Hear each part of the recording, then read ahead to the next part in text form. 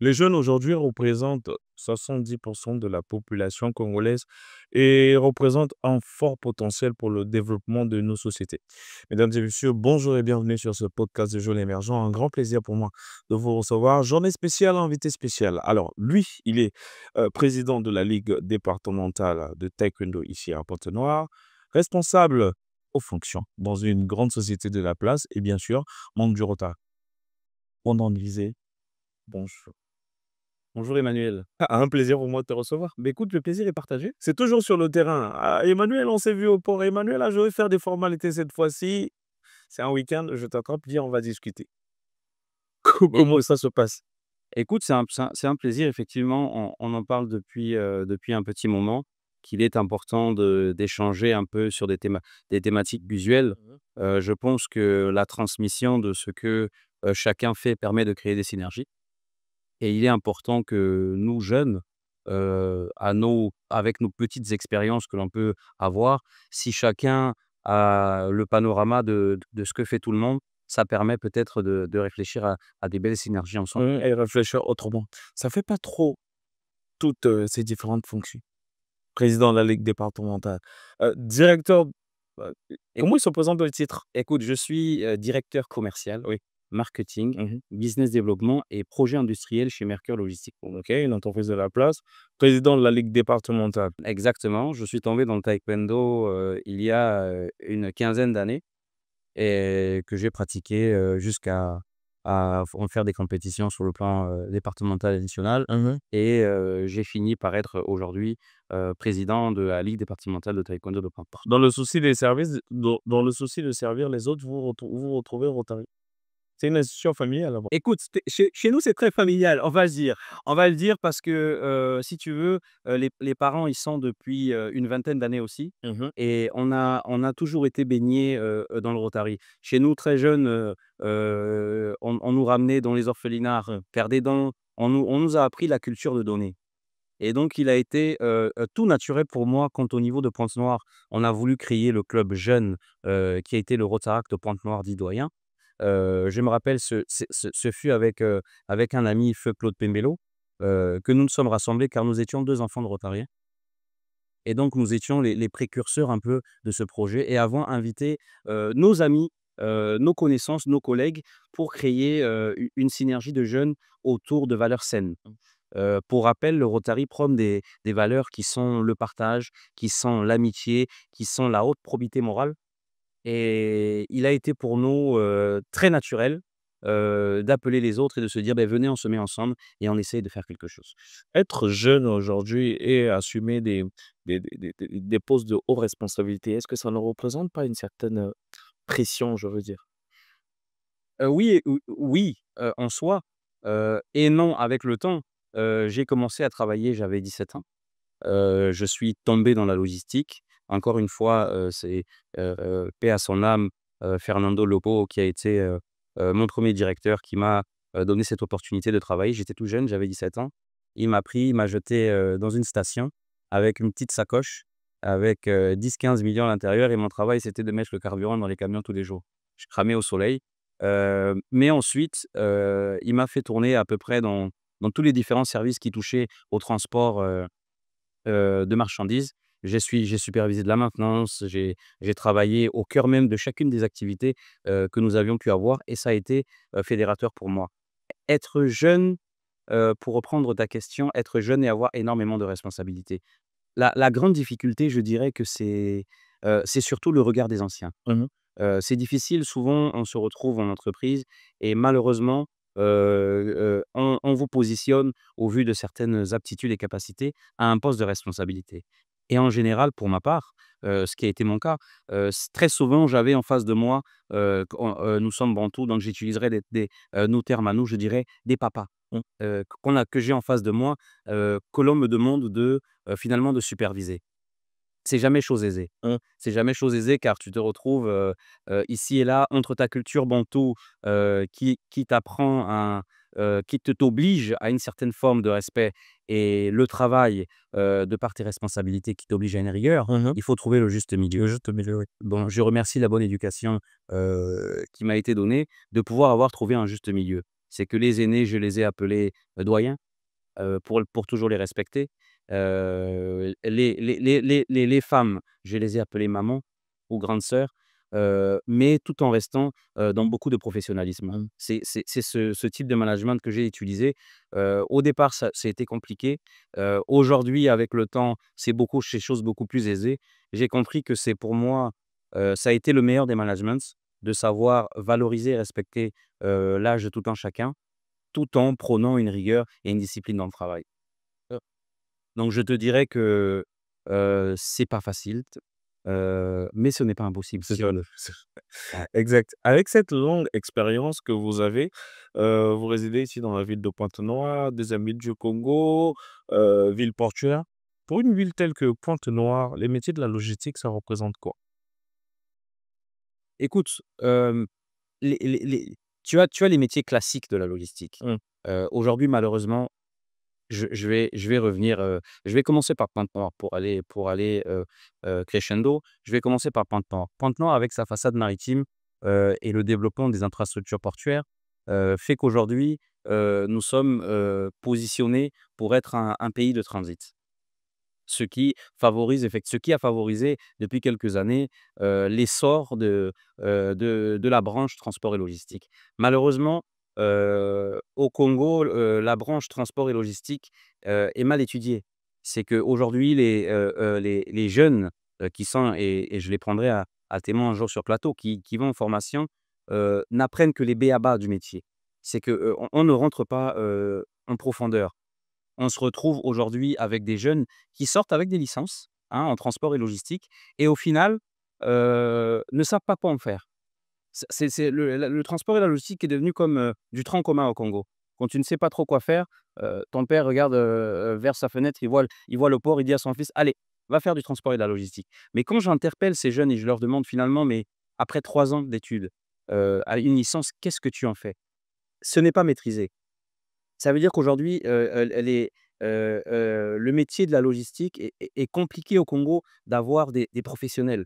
On se retrouve avec, tout le monde ayant, des notions éparses en logistique, mais personne avec, de réelles qualifications dans un secteur bien particulier. La logistique est très vaste. Mmh. Tu as la partie maritime, tu as la partie terrestre, tu as la partie manutention, tu as la partie shipping, tu as la partie entreposage, mais ce sont des univers complètement différents, Mmh. avec des réalités complètement différentes. Et je pense que l'immersion, des jeunes et même la formation des jeunes dans les entreprises, dans les universités, devrait être orientée sur des réels métiers et non pas sur enseigner des Pense qu'il entretiens. faut plus de pratique. Qu'est-ce que vous Exactement. proposez au fait aujourd'hui? Est-ce qu'il faut plus de pratique? Parce que tel que vous expliquez, c'est vrai que les métiers de la logistique sont énormes, vastes, mais il y a beaucoup également de pratique. Le jeune qui sort avec sa licence, il ne maîtrise que la théorie au fait, les quelques tutos. Qu'est-ce qu'il faut renforcer à ces universités, ces centres de formation ou encore les entreprises qui les prennent en stage? Je commencerai par les universités, les centres de formation. L'entreprise vient, en aval. Donc en avant, c'est insister, des ateliers pratiques. Il est important de mettre les jeunes en réelle situation, pratique et ensuite, c'est au niveau des formateurs. Malheureusement, dans ce que je constate et cela restera mon avis personnel, mais c'est ce que j'ai vu dans les différentes universités, les enseignants qui dispensent des cours de logistique, en général, ce sont tous, des gens qui ont fait du shipping. Donc le shipping étant, touchant un peu à tout, te permet d'avoir, une certaine ouverture d'esprit. Mais quelque part, ça te ferme. Mmh. Parce qu'au final, en fait, on a des jeunes qui sortent avec, beaucoup de théories de shipping, mais qui au final, rentrent dans le monde professionnel. La logistique, comme je te dis, étant éparse, en gestion de stock, sont complètement à l'ouest. En gestion pure de logistique d'opérations, sur le terrain, sont à l'ouest. Et donc il y a un réel problème. Il faudrait revoir aussi le contenu de formation. Qu'est-ce qui est dispensé aujourd'hui? Comment sont évalués ces enseignants aujourd'hui? Est-ce qu'ils ont un réel, canevas qui les suit? Et j'ai interpellé cela, lors du 2e forum de la logistique qui s'est passé à Elaïs il y a quelque temps avec la Fédération congolaise de logistique, Mmh. où j'ai interpellé le président Jules en lui disant et tous les professionnels qui étaient là en disant: «Il faut que l'on s'asseye et que l'on regarde réellement le contenu qui est dispensé en principe, pour que on puisse sortir des jeunes, qui arrivent en entreprise avec une tête déjà ouverte. Mmh. et ensuite c'est plus facile de pouvoir imbriquer à ces jeunes-là quelque chose. Votre apport personnel, est-ce que, je sais que vous êtes beaucoup impliqué dans tout ce qui est activité extra-professionnelle et dons, mais est-ce que vous avez, par exemple, prévu faire une masterclass pour informer sur ces différents sujets? Écoute, je me suis engagé lors du dernier forum sur la logistique, à la demande des jeunes, de faire plus de formations. Mmh. C'est pas chose aisée avec, mon calendrier qui est assez chargé, Bien chargé. à couvrir plusieurs, départements, ça limite un peu le camp, Mmh. mais je me suis engagé. J'ai, l'association, Willa, qui m'a contacté pour une masterclass. J'attends toujours qu'ils reviennent, vers moi pour caler, les dates où je dispenserai à ce moment-là un atelier. Pour l'instant, la thématique n'a pas encore été retenue, mais j'ai pris pour résolution d'accompagner, et de vulgariser, cette logistique-là que je fais depuis, aujourd'hui plus d'une dizaine d'années. Mmh. Vous travaillez dans une société de la place aujourd'hui, Mercure Logistique, qui s'est inscrit dans un processus de développement permanent, en fait, ou de croissance exponentielle. Aujourd'hui, en tant que directeur, quels sont les défis et perspectives au quotidien? Et le plus grand défi, Être directeur et jeune dans une entreprise, c'est quelque chose, et plus les tâches qui vont avec, ça fait beaucoup, en fait. c'est énorme. C'est énorme, mais c'est plaisant. Mmh. C'est plaisant quand on décide de prendre comme fer de lance le travail. Moi, je suis un acharné de travail. Je démarre à 7 heures du matin, je termine à 21 heures tous les jours. Le samedi, aujourd'hui, après toi, je repars au bureau. Environ. Donc je suis un acharné de travail. Je ne pense que ce n'est que par le travail que l'on s'épate. Ça nous assure l'autosuffisance, personnelle, à ne dépendre de personne, et aussi ça évite de s'éparpiller. Les plus grands défis, aujourd'hui sont, les défis d'infrastructure et ensuite les défis administratifs. Heu, le grand malheur du Congo et le grand bonheur du Congo, c'est que, à contrario des pays d'Afrique de l'Ouest qui sont, par essence commerçants, nous sommes par essence administrateurs. Pour rappel, tu le sais très bien, le Congo a été la capitale de la France libre. Le Congo a été la capitale de l'AEF. On a été bercé dans beaucoup d'administrations. Oui. Tu remarqueras que, nos papas, sont de très bons administrateurs. Quand tu vois un papa retraité et que tu échanges avec lui ou que tu vois une lettre, qu'il pond, tu te rends compte de la qualité, de ces administrateurs dans le temps, que produisait le Congo. Mmh. Ça fait que le Congo s'est doté, d'une armada de lois et de textes, Mmh. mais que, malheureusement, qui ne sont pas toujours appliqués, ou qui parfois n'ont pas été revus. Donc ils sont aujourd'hui, obsolètes. Donc l'administration, publique reste souvent un frein. Même étant de bonne volonté, heu, ne révisant pas nos textes, souvent, tu as, une loi qui vient faire le contraire d'une autre. Il y a énormément de défis comme ça, et ensuite tu as les défis infrastructures que je reviendrai un peu plus. En tant que directeur ou en tant que, opérationnel dans la logistique, quelle est l'une des grandes opérations que vous avez menées? Écoute, j'en ai fait tellement, Oh. mais je vais retenir la toute dernière que je viens de faire. Ça a été On a géré, pour, la centrale électrique du Pobo, un gros projet, de bout en bout, qui a été, l'acheminement de transformateurs. Chaque transformateur faisait 141 tonnes. C'est énorme. Transporté, ça a été transporté donc justement d'un pays, à l'extérieur pour le Congo, et ensuite, il a fallu le manutentionner au niveau, du quai Ilox, et ensuite le transporter sur la centrale électrique du Congo à Djéna. Alors cette opération a été très complexe. Mmh. On parle de 2 transformateurs qui font 141 tonnes. Je ne sais pas si on visualise 141 tonnes, mais 141 tonnes sur un camion, c'est énorme. 141 tonnes dans la ville, c'est énorme. On a dû faire l'opération de nuit. On a dû, mobiliser les forces de l'ordre, que je remercie d'ailleurs pour leur professionnalisme. On a dû, travailler toute la nuit. Ça a été une opération éreintante. On a, sur une remorque, modulaire, d'à peu près, une trentaine de pneus, dont on a éclaté la plupart, dans la soirée. On a démarré à 20 heures, on est arrivé à 6 heures du matin donc du port à Genoa. On a démarré à 20 heures, on est arrivé à 6 heures. C'était une opération très complexe. On a roulé, à une vitesse, de 20 km/h, entre 10 et 20. Aujourd'hui, nous sommes sur la dernière phase qui va être la manutention, donc le levage de ces transformateurs qu'il va falloir positionner au niveau de la centrale électrique du Congo. C'est une très grosse opération, mais elle a un caractère social. C'est qu'elle vise à, heu assainir, le réseau de distribution du Congo et de Pointe-Noire en particulier qui est, saturé.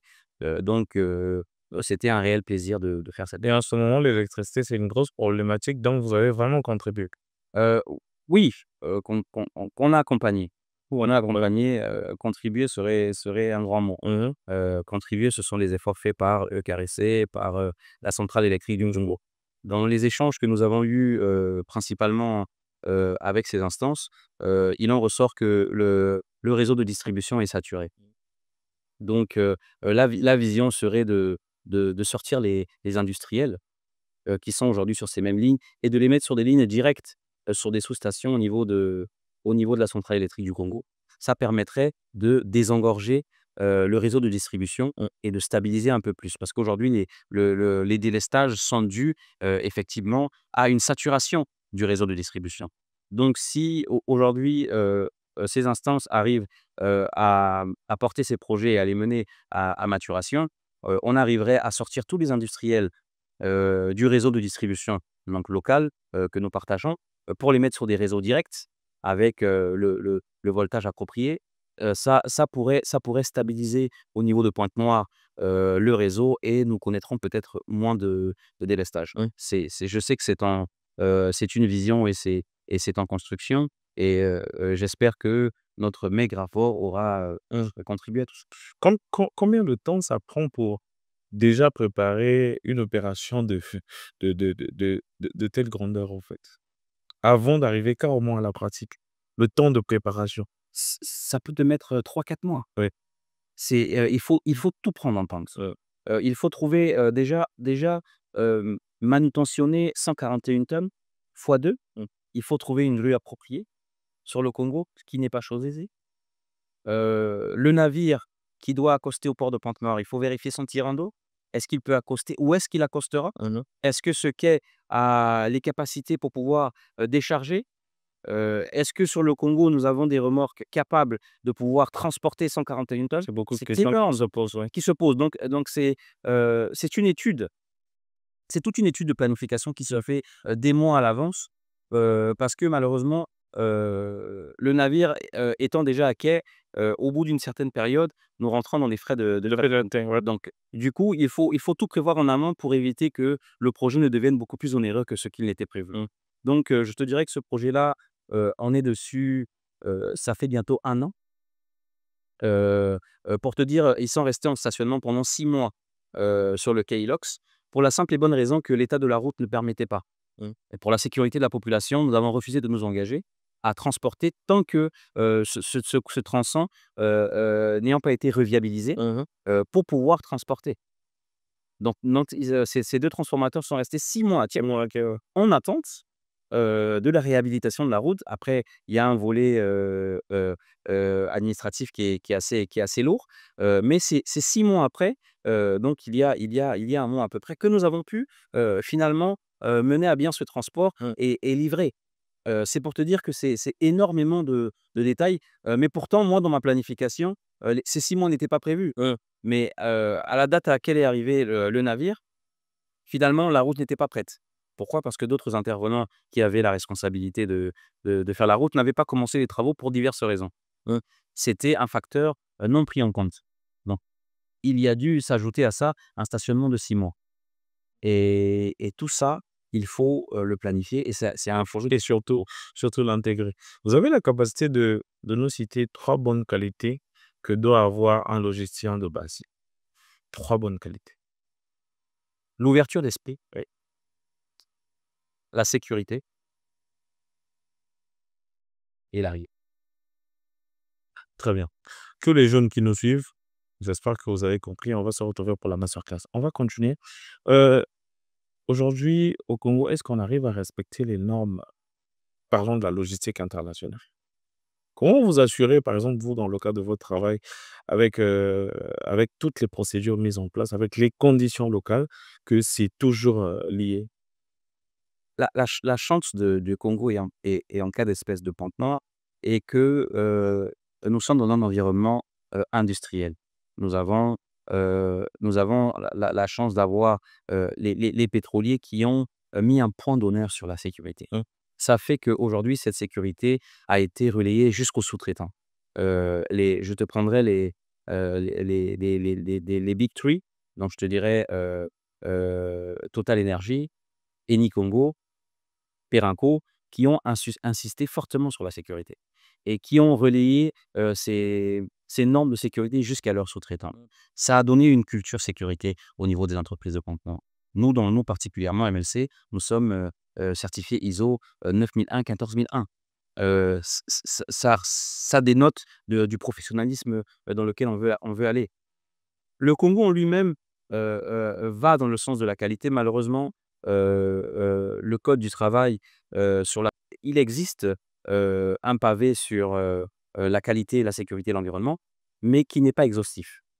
Et là, j'interpellerai à ce moment-là, mes amis jeunes, puisque nous sommes jeunes, mes amis jeunes parlementaires, de pouvoir, porter ce sujet et que puisque ce n'est que l'assemblée qui peut réviser le code du travail, mmh, de monter des commissions avec des experts dans le métier et de pouvoir travailler là-dessus, pour que réellement, notre code du travail, s'enrichisse et s'arme, mmh, sur ces volets-là pour pouvoir, intervenir dans les entreprises. Parce que partout où il y a vide juridique, tout le monde s'en sert mmh, mmh, mmh, et donc des textes non exhaustifs ne sont pas productifs finalement pour le Congo. mmh.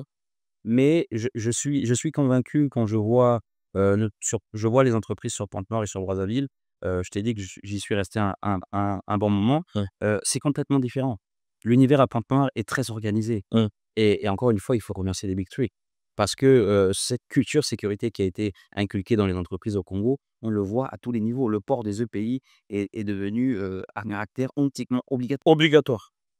Et on le voit même quand on va, tu dois le voir quand tu visites, les entreprises. Mmh. Tu as l'obligation du casque, tu as l'obligation du gilet de la sécurité. Ils ont beaucoup Heu, sur la sécurité. mais tu vas ailleurs, je te prends d'autres pays, que je ne citerai pas, par amitié, parce que j'y ai beaucoup d'amis, c'est pas la même chose. C'est pas la même chose. La culture sécurité n'y est pas. C'est la loi de la jungle. Mmh. Si nous ne sommes pas organisés en interne, il serait difficile de s'imposer sur, les marchés de la sous-région. La Zileka Farid. Oui, déjà. Mais est-ce que nous sommes prêts? La Zeleka fait déjà. Je te dirais qu'il y a pas si longtemps, il y a 2 ou 3 mois, le secrétaire de la ZLECAf était en visite au port de Pantin, Oui.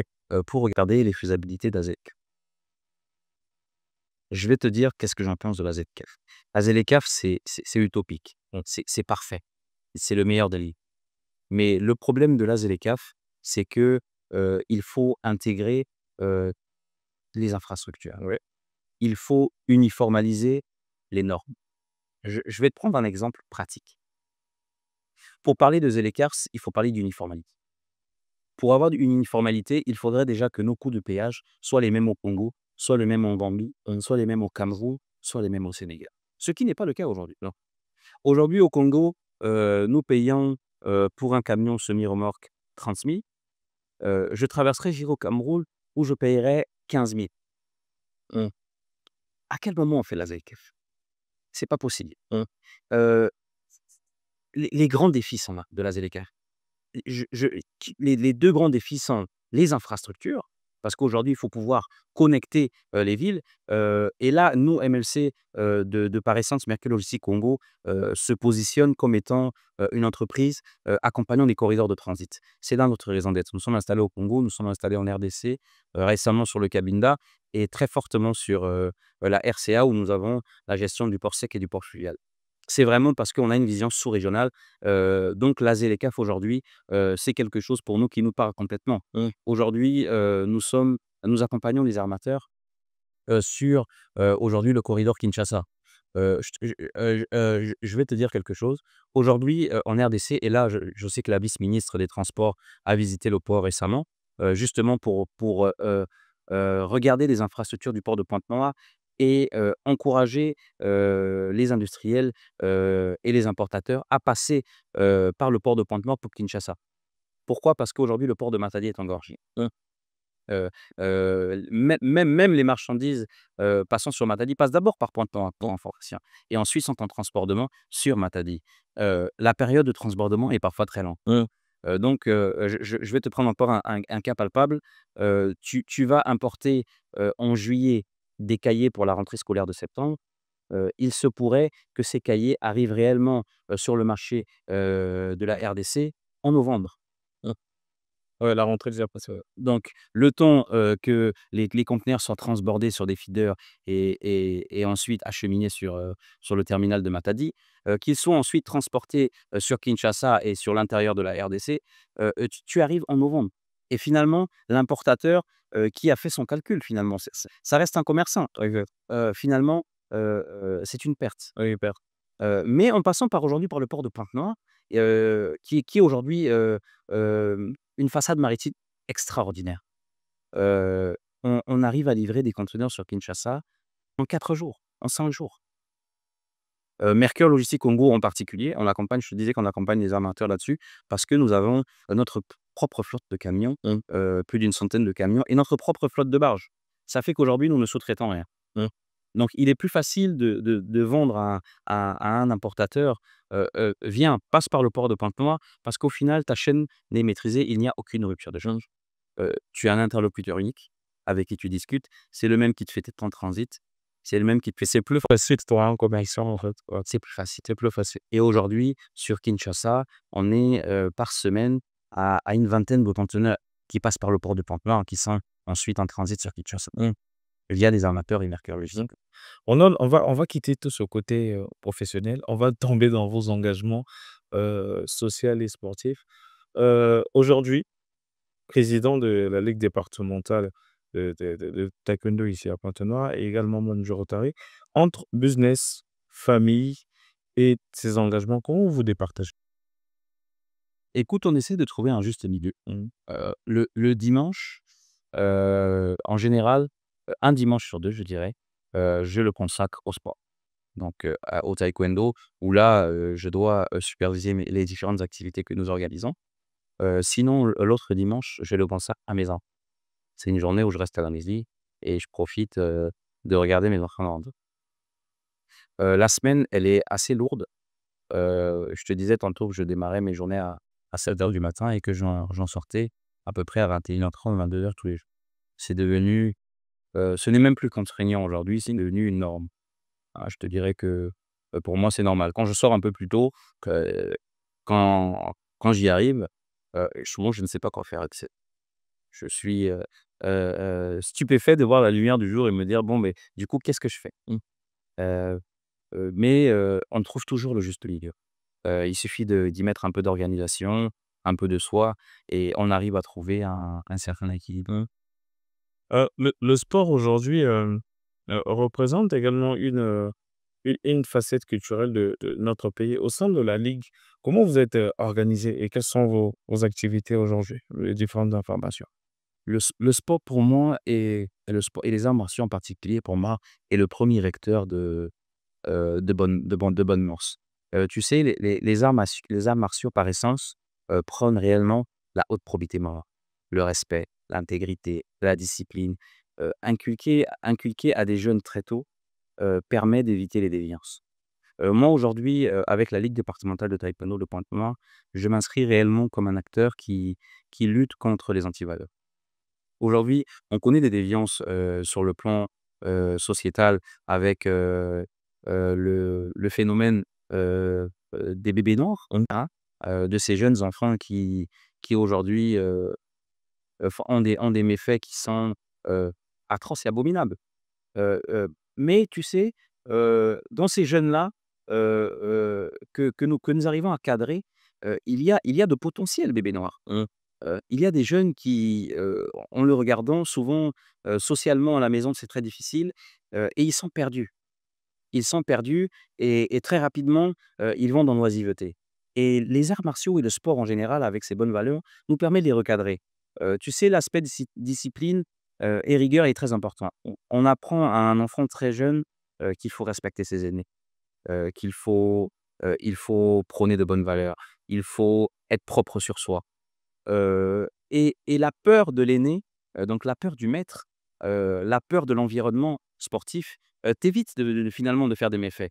J'en arrive à avoir des parents qui, quand les enfants se comportent mal, m'appellent pour me dire: «Président, j'ai ton enfant, ici, ça ne va pas». On lui parle, il n'écoute pas et je lui dis: «OK, ben il y a pas de souci, dimanche, nous le convoquerons» et à ce moment-là, avec son maître, dans son club, et nous-mêmes, la ligue départementale de taekwondo, nous convoquons cet enfant et nous l'interpellons en lui disant qu'attention, si tu insistes, même au niveau de ton milieu sportif, tu vas être sanctionné. Ouais. Et souvent, l'effet de masse, l'effet de groupe, fait que tu ne veux pas perdre ça. Un jeune qui est dans un environnement où il se sent à l'aise, si tu en fais une privation, pour lui, c'est quelque chose de difficile. Mmh. Et donc pour nous, ça reste un moyen de pression, Mmh. mais une pression saine, qui nous permet de réguler ces jours-là. La ligue aujourd'hui est organisée en bureau, départemental avec un président que je suis, 5 vice-présidents, un secrétaire adjoint, un trésorier, des commissaires aux comptes et ensuite des responsables de commission, Mmh. qui nous permet justement donc on a une commission de discipline, Ouais. on a une commission, sociale, on a, énormément de commissions qui nous permettent de réguler et d'accompagner, le taekwondo, sur le département. Mmh. En termes de club, c'est combien de clubs et au moins combien de jeux? En termes de clubs, au niveau de Pancan, nous avons 22 clubs, Ouais. reconnus, et en termes de jeunes, nous sommes à peu près, entre 200 et 250 jeunes. Ouais. Quel est le rythme des compétitions et championnats? Écoute, depuis ma mandature, je suis, heu, mon sur l'ancienne mandature, j'étais premier vice-président et malheureusement, le président, pour des raisons personnelles, a quitté le Congo, donc j'ai dû reprendre, le plateau et terminer sa présidence et ensuite, par la suite, depuis, 2 ans, je suis, président d'exercice. Depuis mes mandatures, à peu près tous les 3 mois, là, on essaye de faire des activités. Alors, il n'y a pas que des compétitions et des championnats. Mmh. Il y a aussi, des formations avec des thématiques comme l'éthique, Mmh. martiale. Heu il y a, des formations sur autre chose. Il y a des volets comme l'arbitrage, il y a des volets comme le coaching, il y a des volets comme, l'encadrement des jeunes, des entraîneurs. Des entraîneurs, ça, n'entraînent pas un enfant qui veut, mais qui peut. Et ça aussi, il faut fermer et nous, on forme. On a eu à faire des séminaires de formation d'instructeurs de clubs, pour réellement avoir les bonnes pratiques, les enseigner, si tu veux, les premiers gestes de secours. Mmh. Encadrer aussi, toi, c'est un peu comme ça que nous, on encadre les clubs, Mmh. avec différents types de formations. C'est vrai que c'est pas facile parce que malheureusement, le sport n'est pas très accompagné. Mmh. Je remercie quand même, certaines entreprises, qui depuis quelques années, nous accompagnent, hein, les hôpitaux sur le volet, santé qui nous donnent ambulance et ambulanciers avec trousse de secours. Ça donne un autre caractère, un autre crédit, à ces compétitions-là et j'interpelle à ce moment-là encore, les entreprises en disant que le sport malheureusement le sport au Congo, on ne connaît que le foot. Non, il n'y a pas que le foot au Congo. Il y a le volley, il y a le taekwondo, il y a le judo, il y a le karaté. Il y a énormément de sports. Il y a le roller et une nouvelle fédération de roller qui a vu le jour il y a pas très longtemps. Il faut accompagner, toutes ces bonnes volontés, tous ces jeunes parce que si on ne se concentre que sur un seul volet, il y a énormément de jeunes que l'on laisse passer. Mmh, exact. Exact. Vous pensez que l'État, aujourd'hui, devait injecter un peu plus d'argent ou d'accompagnement, devait mettre un peu plus d'engagement dans le sport pour pouvoir encadrer toutes ces choses? Mais bien sûr, ça corrigerait toutes les déviances. Mmh. Malheureusement, aujourd'hui, je te disais tantôt que ce n'est que le foot. Au Congo, nous ne connaissons que le foot et malheureusement, aujourd'hui, le foot connaît une crise. Mmh. Donc je dirais que ce sport où finalement, l'État congolais a investi de l'argent et des sommes, exorbitantes depuis, je dirais la nuit des temps, les derniers bons résultats et les seuls assez connus, c'est Yaoundé 72. Mmh. Si je te demande autre chose, je ne pense pas que tu peux te rappeler. Les c'est notoirement connu. Nous nous rappelons que de Yaoundé 72, nous sommes en 2025. C'est ahurissant. Bien sûr, je n'ai rien contre, mes frères du football, mais je fais un tableau et un panorama. Mais aujourd'hui, sur des sports individuels, tu as des Congolais qui brillent, Oui. tant des Congolais de la diaspora que des Congolais en local. Oui. Il y a énormément de jeunes. Je vais prendre un jeune, ça vient de me venir. Il est ceinture noire 4e dan, il s'appelle, Rosti Matadi. C'est un jeune de Pointe-Noire. Il a été énormément, champion, vice-champion d'Afrique de taekwondo. Il a fait énormément de choses. Sur le plan national, n'en parlons pas, il a été énormément champion, ce jeune. C'est une perle, mais avec de bonnes valeurs. Très pieux, très humble, mais très, très bon, très, très talentueux. Mais pas du tout. Mmh. Aujourd'hui, ce jeune-là, on aurait pu avoir un Anthony Obam, comme j'ai vu sur le Gabon, Mmh. un champion du monde, de taekwondo. On aurait pu avoir ça avec ce jeune, mais nous ne l'avons pas eu parce que nous n'accompagnons pas. Nous ne connaissions que les sports, d'équipe au Congo pour accompagner, mais les sports individuels. Il y a des jeunes Congolais qui sont des talents, mais pas que dans le taekwondo. Mmh. Tu y vas un peu partout, tu as réellement des pépites que l'on pourrait accompagner et que l'État congolais devrait accompagner. Et et si aujourd'hui allez, j'ai encore quelque chose qui me vient. Au niveau de Pamplin, parce que je circonscris toujours notre échange sur Pamplin. Nous n'avons même pas un seul gymnase. Ouais. Ils n'avaient aucun Pas gymnase. aucun gymnase. C'est une problématique quand même. Mais nous avons eu les Jeux africains à Brazzaville. Il y a une ribambelle de gymnases à Ouais. Brazzaville. Et des fois, ils s'en servent même pas. Mais dans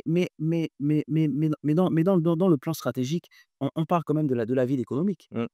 Avec un gymnase, je pense que tous les présidents de ligue et moi, on aurait pu s'asseoir et faire un planning d'entraînement. Mmh. Avec chacun son jour. On aurait pu faire des compétitions. Aujourd'hui, il y a des fois, par manque de lieu, je fais des compétitions sous le soleil. Mmh. J'en arrive à avoir parfois des retours de parents qui reviennent vers moi, qui me disent: «Mais président, heu c'est pas couvert, depuis le matin, il fait chaud». Je leur dis: «Mais qu'est-ce que vous voulez que je fasse? Mmh. Il n'y a pas d'infrastructure à Pointe-Noire. On est obligé, si on arrête, on ne fait plus rien. On fait plus rien, oui. Donc on est obligé de s'adapter. On est obligé de s'adapter avec les conditions que l'on a». Mmh. Il n'y a aucun je te prends les quelques hangars qui existent, sont, ACL et Urban Sport qui sont des entités privées. Je remercie les 2 parce que les 2 nous ont déjà permis de faire, des activités là-bas, mais ça reste des activités commerciales. Donc on ne peut pas, Fédérer tout le monde. fédérer tout le monde et ce n'est pas chose aisée si on n'est pas accompagné. Privatiser ces endroits-là, ça reste onéreux. Donc ce n'est pas facile et ce n'est jamais très disponible. On n'a aucun gymnase à Pointe-Noire. C'est pas normal. On a le stade Barthélemy aujourd'hui qui est devenu aujourd'hui, on s'en sert pour faire, du parking de véhicules, non en règle. Donc c'est devenu une fourrière, à proprement dit. Ce n'est pas normal. Mmh. Aujourd'hui, on veut en faire une foire de ce que j'ai ouï dire. Heu, mais à quel moment, l'on s'assoit et l'on se dit: «Mais ces jeunes-là, qu'est-ce qu'était, Franco Anselmi?» Un stade. OK, un stade, on a un complexe sportif, aujourd'hui qui vit. Mais on pourrait monter un hangar et faire un gymnase à Franco Anselmi. Oui, par exemple, il y a de la place. Il y a de la place. Ça, c'est un axe de réflexion, que devraient aujourd'hui porter, nos élus locaux, nos élus, au niveau, départementaux. C'est ça qu'il faut porter aujourd'hui. Mmh. Le sport, c'est le meilleur des vecteurs. Aujourd'hui, il y a un problème de travail. On le dit notoirement dans la cité, que les jeunes ne trouvent pas de travail parce qu'il n'y a pas de boulot. Mais ce jeune qui végète, dans les rues de Pointe-Noire, s'il avait une occupation par le sport, peut-être que, aujourd'hui, il ne prendrait pas, une machette pour aller agresser des gens à 3 heures du matin. Mmh. S'il y avait des infrastructures pour que nous, qui sommes les instances dirigeantes, puissions organiser plus d'activités. Peut-être que certains jeunes qui ont des déviances viendraient se diraient: «Ah oui, mais peut-être que ça peut me conduire quelque part». Mmh. C c Ça donne une lueur d'espoir quand même appartenir à un club, savoir que vous avez des responsabilités, des séances de travail tous les jours. mais c'est important, Mmh. mais ça écarte de l'oisiveté. Oui. L'oisiveté, c'est le plus grand, mal que peut avoir, une société. Mmh. L'oisiveté des jeunes. C'est que le sport t'occupe et ce n'est pas après il y a encore d'autres façons. Il y a la culture avec l'art, Oui. qui peut aussi t'occuper. Là aussi, il faudrait injecter, dans l'art, énormément de fonds. Alors, comme toujours, il y a des choses qui me viennent. Une école de peinture qui existe à Kinshasa, qui est connue, hein. Il y en a une à Brazzaville, il y en a pas encore. Non, on n'a pas. Je vous interpelle. En connais-tu une? Il y en a pas. Non. À quel moment valorisons-nous l'art, par exemple? À quel moment mettons-nous les moyens? Mais ce sont tout ça ces vecteurs, qui permettront d'éviter à ces jeunes. Tout le monde n'est pas fait pour être, pour s'appeler Brandon Rizet et être directeur en entreprise. Il y a des gens qui sont faits pour entreprendre, il y a des gens qui sont faits pour être des artistes, il y a des gens qui sont faits pour être des grands sportifs. Chacun vient avec, avec ses prédispositions. Oui, Mais pour que chacun puisse s'épanouir dans cette société, il faut qu'on mette il les faut conditions. avec les conditions on en cadre. Exact, exact, exact. Message bien reçu. On va envoyer donc ce message poignant à toutes nos autorités. Nous avons besoin de votre accompagnement et de votre support au quotidien pour pouvoir mettre en place toute cette base-là pour pouvoir aider ces jeunes et mieux les orienter. On va terminer avec vos engagements au Rotary. Comment ça se passe? Quels sont vos engagements? Et surtout, quelles sont les différentes activités? Je te disais tantôt, comme je le dis souvent, que j'y étais versé depuis très jeune et allez, je vais commencer par structurer par qu'est-ce que le Rotary? Parce qu'on dit le Rotary, mais malheureusement beaucoup ne connaissent pas le Rotary. Le Rotary est un mouvement international qui est apolitique et non religieux. Oui, j'insiste sur le caractère apolitique et non religieux. En mouvement Rotary, il est strictement interdit de parler de sujets politiques. Il est strictement interdit, de parler de religion.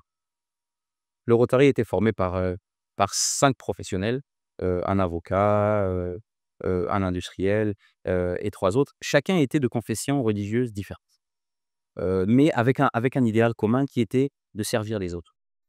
Ils étaient 5 et Rotary vient de rotation parce que les réunions se faisaient dans les bureaux de tout un chacun. Il y avait un expert comptable, lundi c'était chez lui, mardi c'était chez l'avocat et ainsi de suite. Et c'est comme ça qu'est né le nom Rotary qui part de rotation. Donc le Rotary a pour essence et pour engagement, de servir. Le slogan est «Servir d'abord». Qu'est-ce que servir d'abord? C'est accompagner les autres et la structure du Rotary est faite, tu as le Rotary international qui est donc, la structure englobante et ensuite tu as des zones, que je t'appellerais des cantinas. Tu as des districts que je t'appellerais des sous-régions. Et dans chacun de ces districts, tu as, des clubs que je t'appellerais des pays. Je te mets ça pour circonscrire un peu, pour que tu voies un peu comment c'est structuré. Et donc, ce qui fait vivre le Rotary international, donc finalement, je te prendrais le Rotary international comme le monde.